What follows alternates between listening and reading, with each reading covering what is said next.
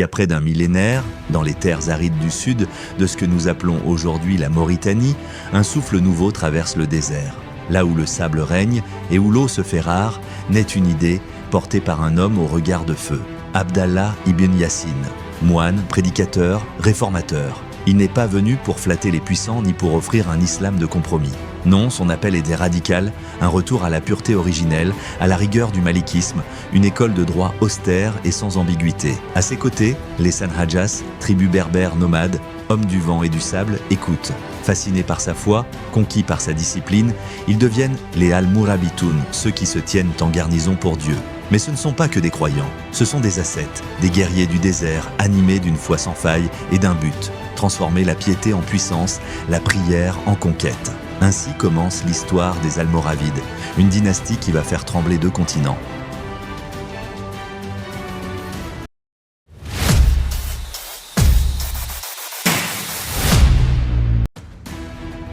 À la mort d'Abdallah ibn Yassine, le flambeau ne s'éteint pas. Il change de main. 2 chefs charismatiques prennent la tête du mouvement. Le plus grand d'entre eux s'appelle Youssouf ibn Tashfin. Guerrier inflexible, stratège méticuleux, Youssouf est à la fois l'épée et le bouclier de cette jeune communauté. À la tête de ses cavaliers, il se tourne vers le nord. Le Maghreb est divisé, affaibli. Il faut l'unifier, il faut l'élever.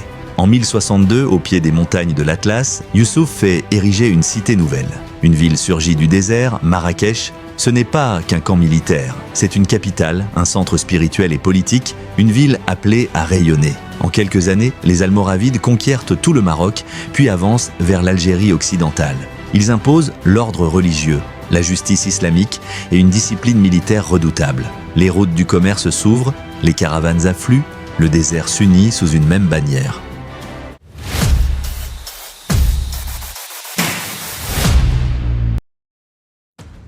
Mais au nord, au-delà des flots du détroit de Gibraltar, une autre bataille se joue. En Al-Andalus, les royaumes musulmans, les taïfas, sont divisés, affaiblis par leurs querelles. Les armées chrétiennes, menées par le roi Alphonse VI de Castille, avancent inexorablement.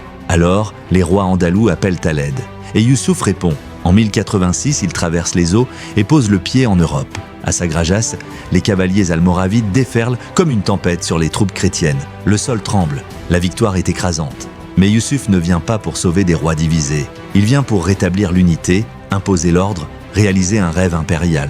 Un à un, il renverse les royaumes musulmans d'Espagne et annexe Al-Andalus.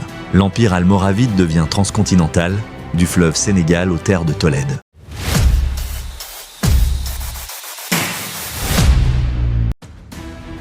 À son apogée, l'empire almoravide n'est pas seulement un territoire, c'est une vision du monde. De Marrakech à Cordoue, de Gao à Grenade, la foi devient loi. Les mosquées s'élèvent, les marchés prospèrent, la justice s'administre selon les préceptes du malikisme.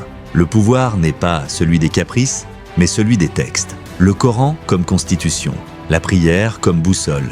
Sous leur règne, le désert devient empire, la rigueur devient force, la foi devient civilisation.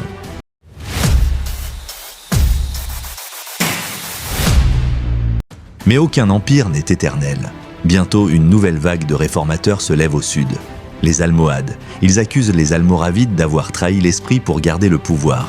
Plus radicaux, plus violents, plus conquérants, ils déferlent sur le Maghreb et balayent l'empire almoravide. Marrakech tombe, l'épopée s'achève.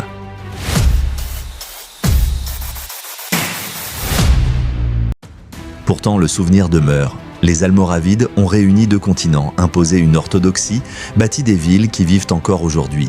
Ils étaient des moines et des rois, des bâtisseurs et des conquérants, des hommes de foi et de guerre. Nés du désert, portés par le vent de l'islam, ils ont inscrit leur nom dans l'histoire du monde musulman. Et si leur empire s'est effacé comme les traces dans le sable, leur légende, elle, continue de résonner à travers les âges.